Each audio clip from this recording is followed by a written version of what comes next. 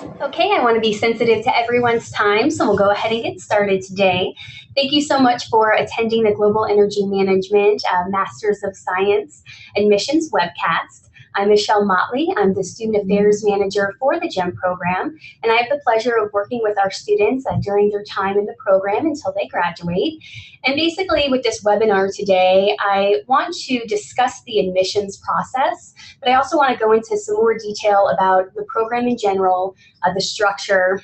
You'll see here on the agenda, we're going to discuss the curriculum. I want to go over GEM and management, our competency model, and then we are launching a new initiative in April, which is our executive and residence program. So I'll give some more details about that.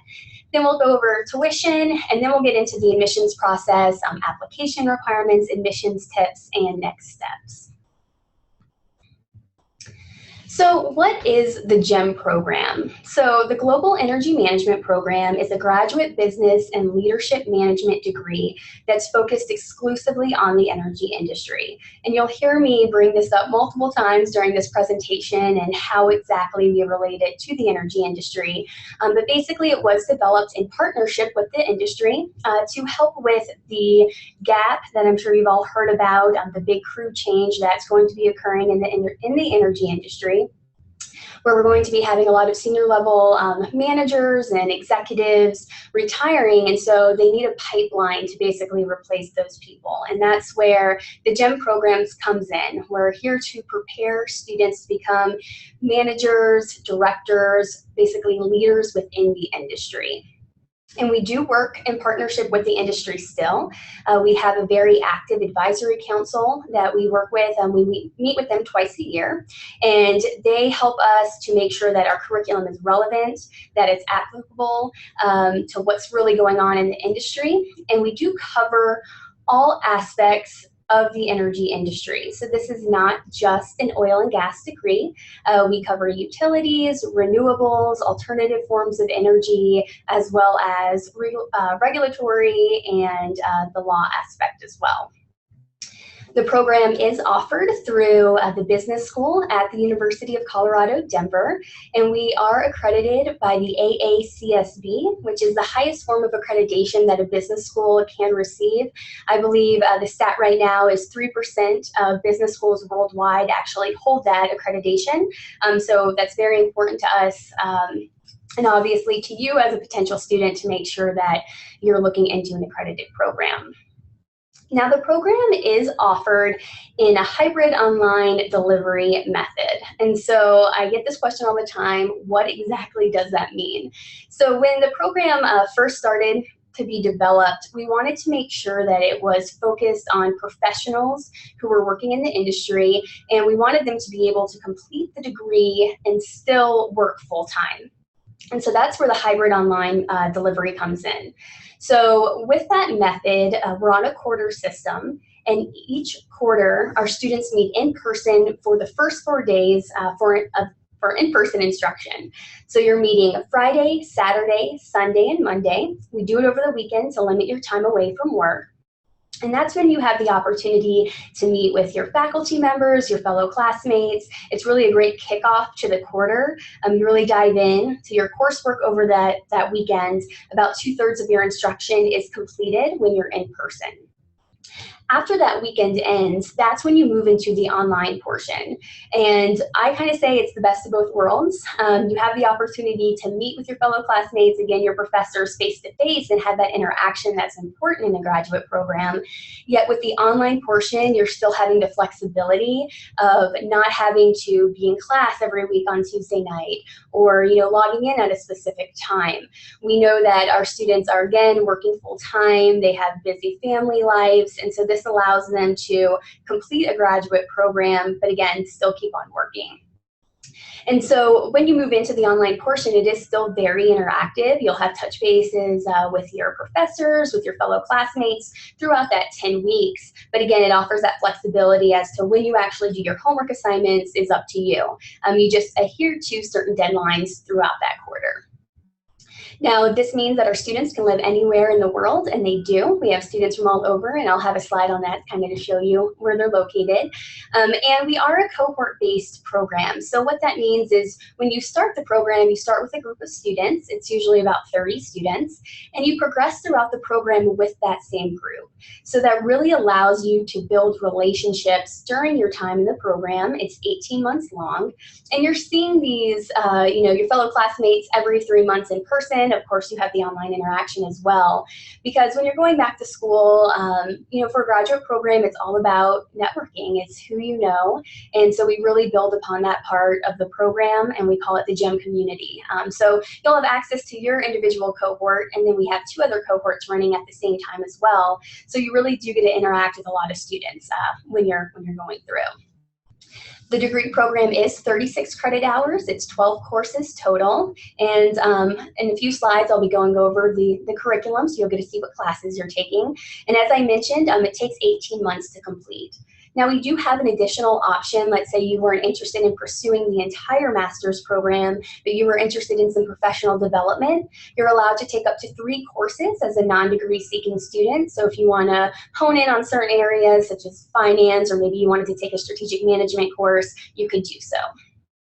When you graduate, you receive a Master's of Science in Global Energy Management. Now, here's some facts to go over. The first cohort started in 2009, and the program was actually in development back in 2007. We're starting our 16th cohort this July, so cohort 15 just started in January. And we've had 12. There's a misstep there. We've had 12 cohorts that have graduated to date. We have over 300 students and alumni, and again, as I mentioned, they're spread out across the world. So we do have a lot of international representation in the program, and then of course a lot of students within the US. Okay, so getting into the curriculum, here we have our core curriculum. You take 9 courses total, and you'll see here on the last class is Strategic Management for the Energy Industry. So that is your capstone course. So that's the last course you'll take in the program, and it really brings together all of the other core courses that you're taking. So this professor makes sure that he's hitting on different topics from each of the classes you took during your time in the program. And then you have 3 electives to choose from. So everyone takes the same core courses. When you get to the electives portion, that gives you an option to really kind of tailor the degree, we say. So, maybe you're interested in advanced finance and energy asset production. You could take, go that route. Or you're more interested in renewable energy. You can take some renewable energy elective courses. We also have special topic courses, which is our London and Washington travel courses. And that's a great opportunity to get outside of the classroom. Our London course is 5 days long. We meet with a lot of high-level energy companies and organizations in London. You make a great network when you're over there. And that focuses more on international energy use, policy, and finance. With the Washington course, it's 2 days, and it focuses more on domestic energy use and policy. And again, you're meeting with like Department of Energy, you're meeting with World Bank, the Nuclear Institute, the Bureau of Land Management. And so we have a lot of, again, high-level meetings that you're attending. It's a great way to get outside of the classroom, build your network, meet some people that you probably wouldn't necessarily meet through the connections of the program.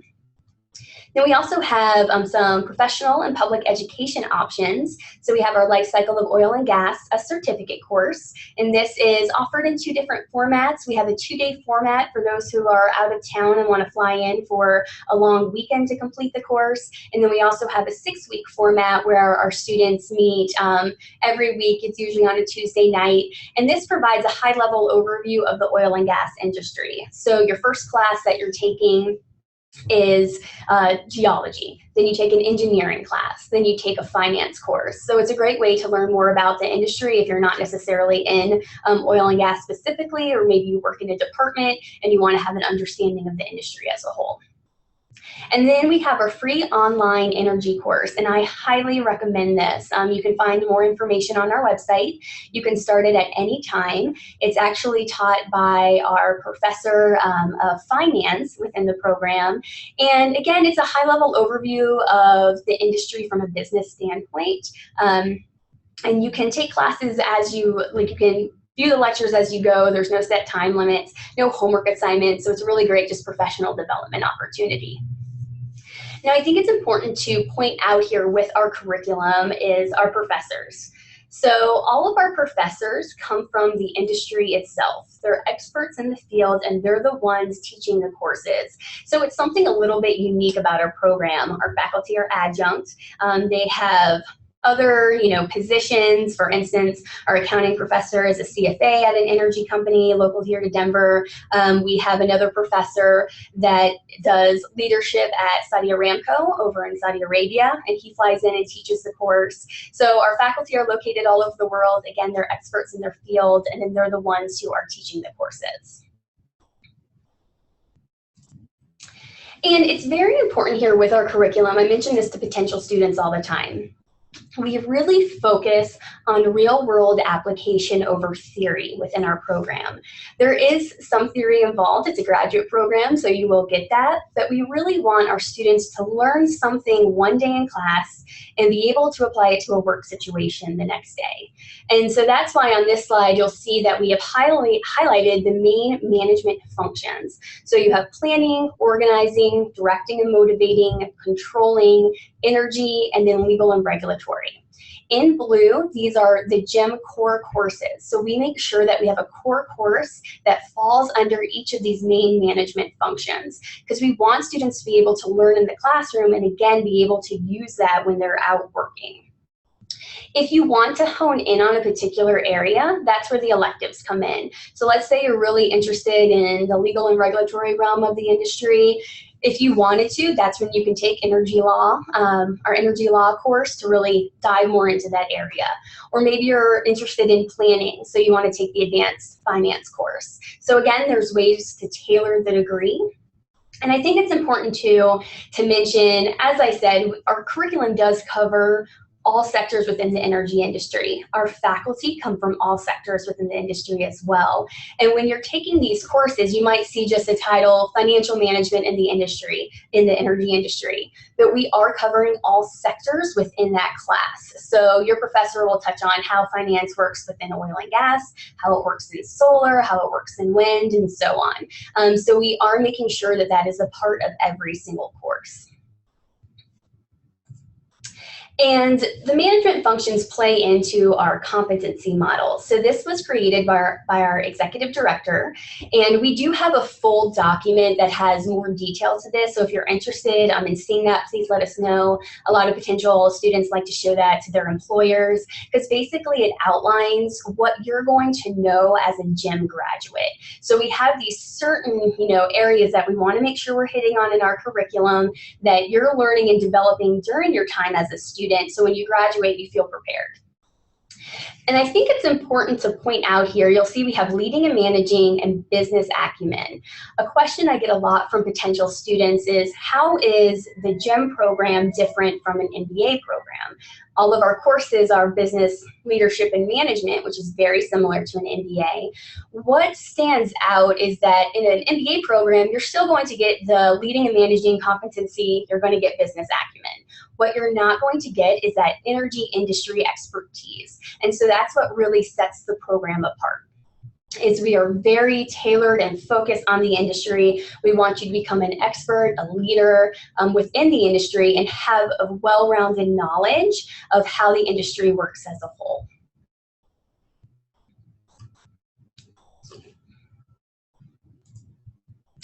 And again, this plays in, I keep on mentioning, it's all about developing you as a leader, as someone who knows what's going on in the industry. And that's where our new initiative comes in, our Executive in Residence program. So we will be launching this in April. And this is part of our commitment to develop students into the next generation of energy leaders. So you're learning with this executive in residence. You're going to build relationships with him or her. We're going to have executives from all different sectors.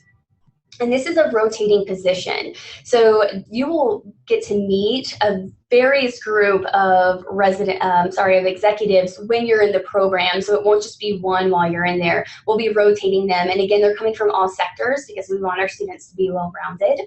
And the executive will lecture in classes. You'll have opportunities to meet with him or her one-on-one. It will also be hosting small group lunches and dinners. So again, you're really building your network. You're getting access to people that you normally wouldn't. You're getting to meet with top leaders in the industry. And I wanted to show here the network and the reach. I mentioned our GEM community. I mentioned that we do cover all sectors. And what's very nice is that the student base comes from all different sectors as well. These are our three biggest groups here. So you'll see oil and gas, renewables, power and utility. And these are some examples of companies that our students come from. And this is just a short list. It does reach farther than this. And as the program has grown over the years, so have our students and alumni, just our network in general. You saw before, we do have a lot of international students in the program. And that's what's so great about the model of the hybrid online. It really does offer that flexibility, but it also allows students from other locations to come into the classroom. And so we find that it's very important to have a diverse student base within each cohort, because we want our students to not only learn from their professors, but learn from one another as well. And so I'll kind of talk about that a little bit more when we get into the admissions process and what type of applicant that we're looking for in the class. But this is a good representation of students and alumni that have come through the program. And now on to the fun stuff. So this is our tuition information. And again, we have price breakdowns with more information that we can send to you. So we have a set rate for our tuition. It's $4,500 per course, $9,000 per quarter. And that's if you're sticking to the cohort model of taking 2 classes per quarter and finishing in the 18-month time frame. This is a total of $54,000, and that does include all student fees as well. So it's a set rate, again, for both in-state and out-of-state students. What you're looking at in addition to that would be your books and software, and we do try to keep that cost down. A lot of professors try to use online materials. We have students and alumni who are selling back their books to new students. So we estimate right now that it's about $200 per quarter, about $1,200 for the entire program, and that's again for 12 courses. All right, so going into the admissions process. Like I mentioned, we do look for a certain type of student in the program. It does vary, but what we're looking for in general is for an applicant to have at least 3 years of professional experience working within the energy industry. And again, that can come from, you know, an oil and gas company, or maybe you work for a solar company, or you work for a utility. But you don't have to fit in that mold of working for a traditional energy company. We do have students that come in that might be consultants. We have students that work for the government. They might work for the Department of Energy. They might work for the National Renewable Energy Lab, Colorado Energy Office. We've gotten students who work for the Illinois Energy Office. So it can vary that way. We do have students who are entrepreneurs as well, who own their own companies, and so they're looking to pursue the program to have a better understanding of the industry and how it will help their particular business. So there's not like a set company that we're looking for. We just want to see demonstrated professional experience within the energy industry. And your backgrounds can vary too. I would say right now about 50% of our students come in with a technical background, so they might be an engineer. We get engineers from all different disciplines. They might be a geologist, a geophysicist.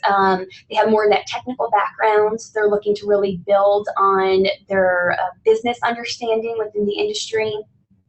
Then the other half of our students come in and they might already be working in business. They might be working in land, sales, development. So it does vary. So again, we're not looking for a set role, a set company that you're coming from. We just want to see demonstrated experience. Now, let's say you don't have any experience in the energy industry. That's fine too. We do select a few students to be in each cohort that are looking to transition into the industry, and so they don't have that particular energy experience. However, they do have strong professional experience behind them, and they know that they want to transition into this industry. So we also do consider you in the application process as well. Outside of that, we do look for a 3.0 GPA on your undergraduate transcripts, and then it gets into the application requirements. So we're looking for, you submit an online application.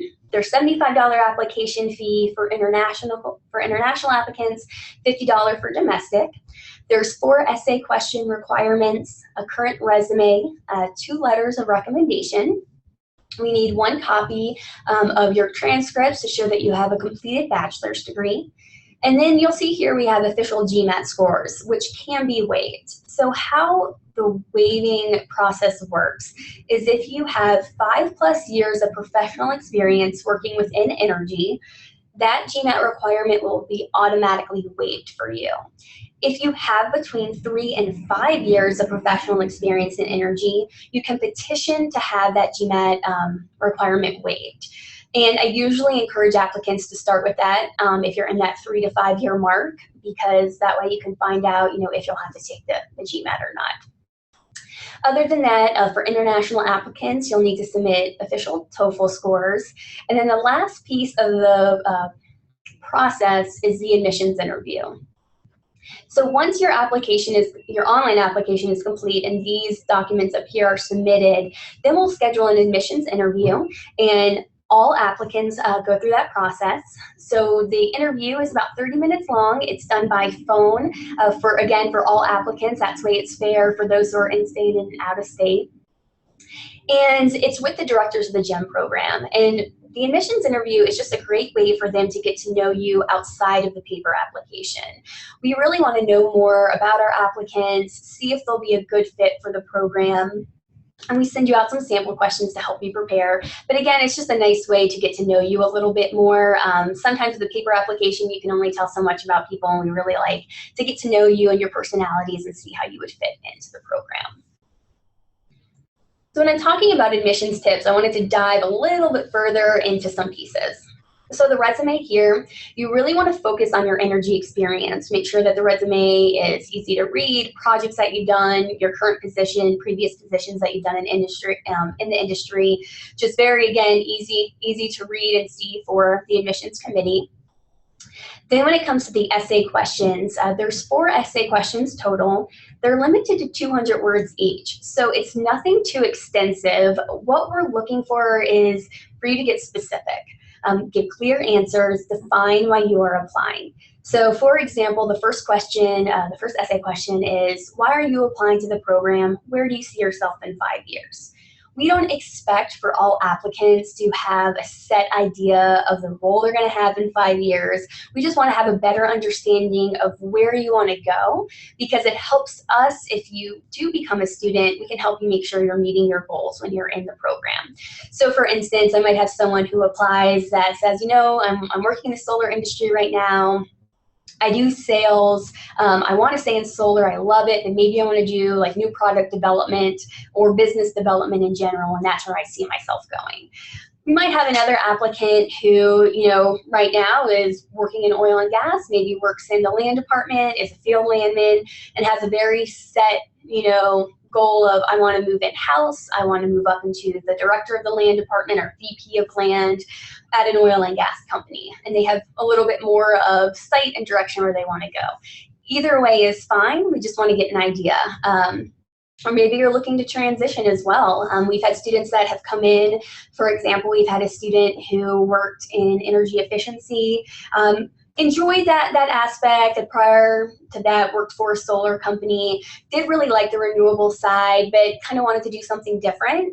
When he graduated, he used the degree to move into a major utility company, and he works for product development for their natural gas vehicles now.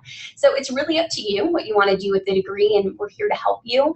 So maybe, in that first essay, it's like, I'm entering the program because I love the industry, and I want to do something a little bit different than what I'm doing now. I'm interested in, this and this sector. So again, just being specific. Another example of a question is how do you work in groups? Group work is a big part of the GEM program. So this is an opportunity for you to maybe give us an example from a previous work situation. Even if the situation didn't work out great, maybe you can explain how you learned from that situation by working with different team members within your company. So again, just being specific with your essays. And then you have the letters of recommendation, and these are very important in the application process. You're going to want to choose someone who can speak to your work experience. We want both letters of recommendation to be professional letters of recommendation. We prefer those over academic letters. Ideally, one of them will be from a supervisor or a manager who has worked with you directly. We'll also accept colleagues as well, or like I mentioned, we've had consultants that have come in through the program, so maybe they'll have their clients write a letter of recommendation, and that's fine too. And again, it's having them use examples of their time working with you.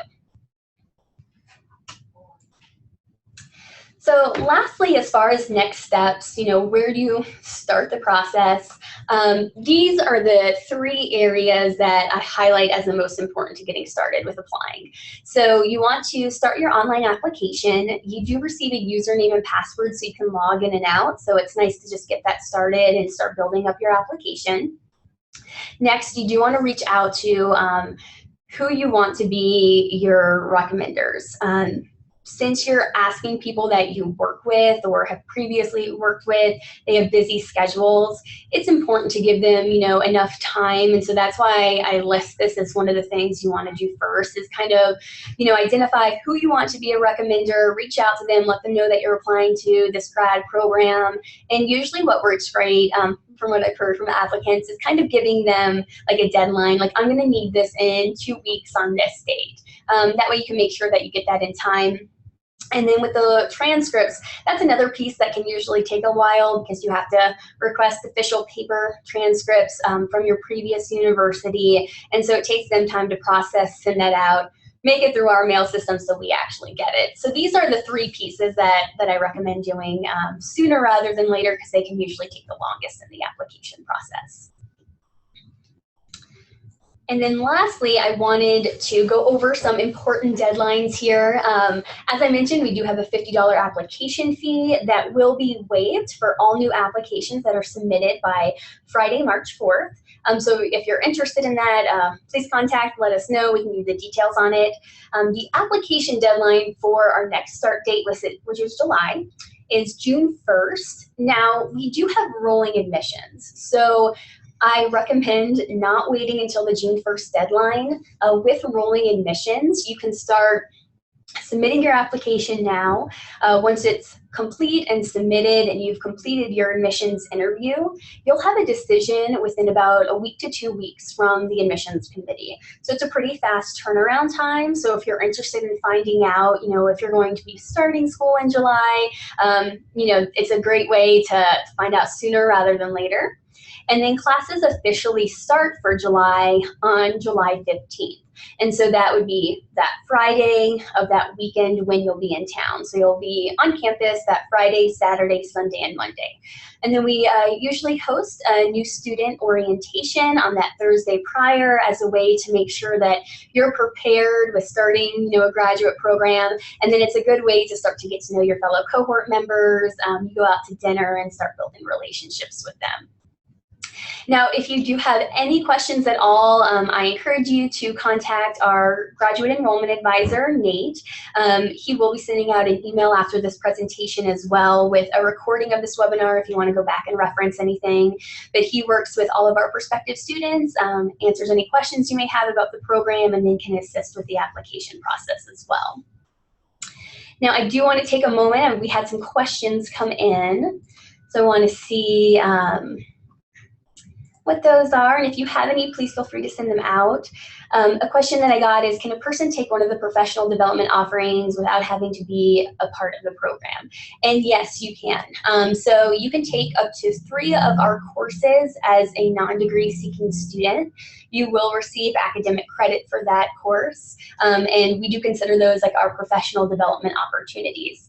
Now, let's say at a later date, if you took maybe 1 or 2 courses with us as non-degree and you decided you wanted to fully pursue the program, then those classes would transfer into the master's program. So you would still receive credit for them towards your graduate degree if you chose to at a later date. All right, so it doesn't look like we have any other questions come in at this time. So I want to thank you all for attending the webinar today. Hopefully you found it beneficial. If you have any questions at all, please feel free to contact us. As I said, Nate's happy to help. I'm happy to help with any questions. Again, we hope to see you apply for the July start, and hopefully I'll get to work with you as a student at that time. So thank you for your time, and I hope you have a great rest of the week.